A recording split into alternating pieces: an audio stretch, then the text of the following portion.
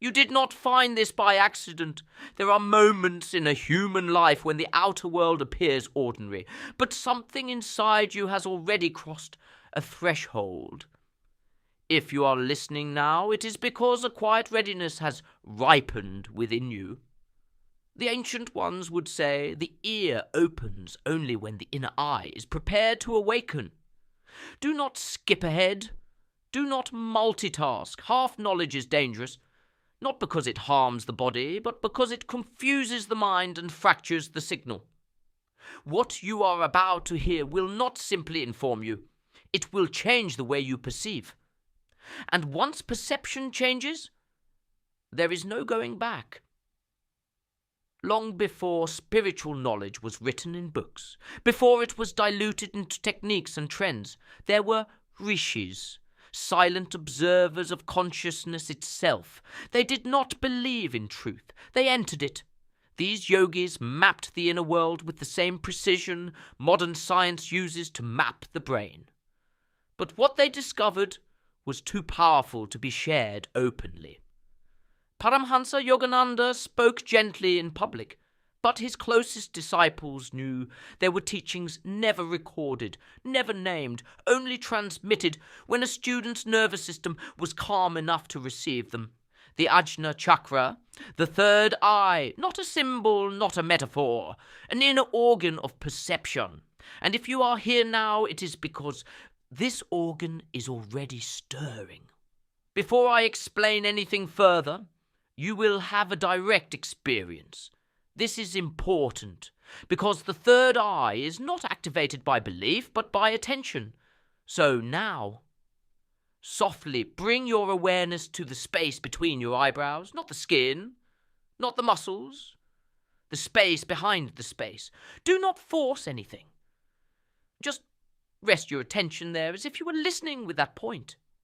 Notice a subtle pressure, a warmth, a faint pulsing, or perhaps nothing at all. Whatever you notice is correct, because awareness itself is the switch. This is why the ancients warned, do not dismiss what you cannot yet feel. You are not imagining this, you are remembering. Modern neuroscience has begun circling what the yogis already knew. When attention is sustained in a single internal location, brain waves shift from fast scattered beta into slower coherent alpha and theta rhythms. The subconscious mind opens. Information that was once filtered out begins to surface. Deep in the center of the brain lies the pineal gland, a structure sensitive to light, rhythm, and internal chemistry. Science calls it a regulator of circadian cycles. The rishis called it the seat of inner sight. Different language, same doorway. When the nervous system becomes calm and synchronized, this center becomes active, not dramatically, but subtly, like a veil lifting millimeter by millimeter. This is why the third eye never opens through force. It opens through coherence. The hidden truth, never spoken plainly, is this: you already perceive more than you consciously register. Your intuition, your sudden knowing, the moments you feel watched by meaning itself. These are not accidents. They are signals leaking through a partially closed gate. The Ajna Chakra is that gate. And when it begins to awaken, life no longer feels random. Patterns reveal themselves. Time feels different. Your thoughts slow, but your understanding deepens. This is why ancient texts warned, fire is a servant, but a dangerous master. Knowledge without grounding creates imbalance. So, now listen carefully. There are 3 sacred principles, keys, without which this awakening should not proceed. The first key, stillness before insight. If the mind is agitated, the inner eye distorts. Stillness is not emptiness. It is alignment.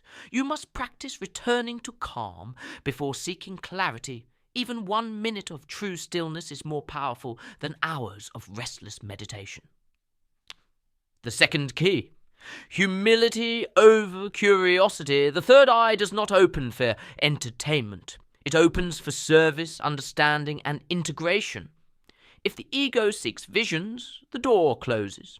If the heart seeks truth, the door softens. Place one hand on your chest now. Feel the rise and fall of your breath. This anchors perception in compassion, a safeguard the ancients insisted upon.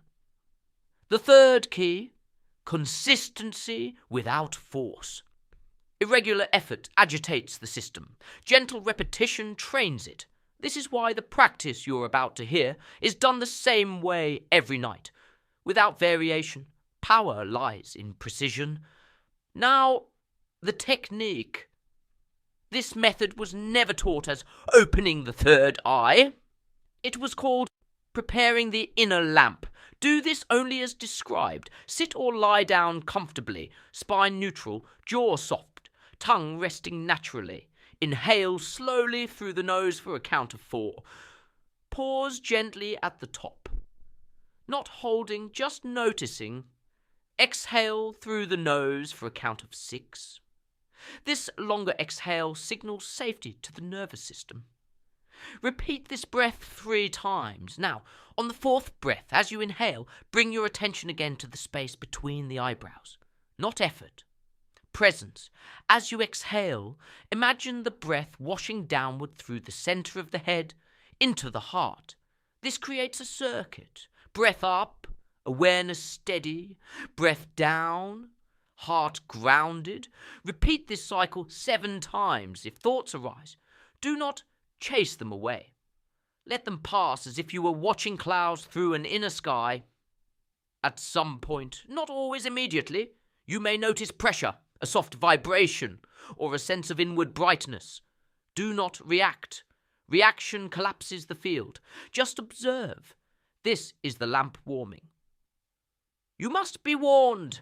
Every seeker encounters tests. Doubt will whisper that nothing is happening. Fear may surface as the mind loosens control. Impatience will demand results. The ego may inflate, claiming specialness. These are not signs of failure. They are guardians of the threshold. Move through them with gentleness. If you feel overwhelmed, return attention to the heart. Slow the breath. Ground in the body. The practice is powerful, but safe when humility leads. This is why the ancients insisted, never practice while emotionally unstable or exhausted. Preparation is protection. As this awareness integrates, you may notice changes in daily life. Sharper intuition, greater emotional distance from drama, moments of quiet clarity amid chaos. Do not cling to these signs. Integration happens between sessions. Wash dishes with awareness. Walk slowly. Listen more than you speak. The third eye matures through living, not escaping life. Now, as this transmission comes to a close, take one final slow breath. Notice the stillness behind your thoughts. That space was always there. You were simply looking elsewhere. If you feel called, practice this tonight before sleep. Consistency opens doors that force never will. And if something subtle has already shifted, if you feel calmer, clearer, or quietly alert, acknowledge it. You were meant to hear this now. If you wish, leave a comment sharing what you noticed, or simply return tomorrow and practice again. The lamp does not blaze all at once. It glows, and once it does, you begin to see with more than your eyes. And remember this quietly, without effort. You do not create the awakening, you allow it, like dawn. It arrives on its own schedule, imperceptible at first, then undeniable. Trust the subtlety. Trust the silence between breaths. Trust the intelligence already moving within you.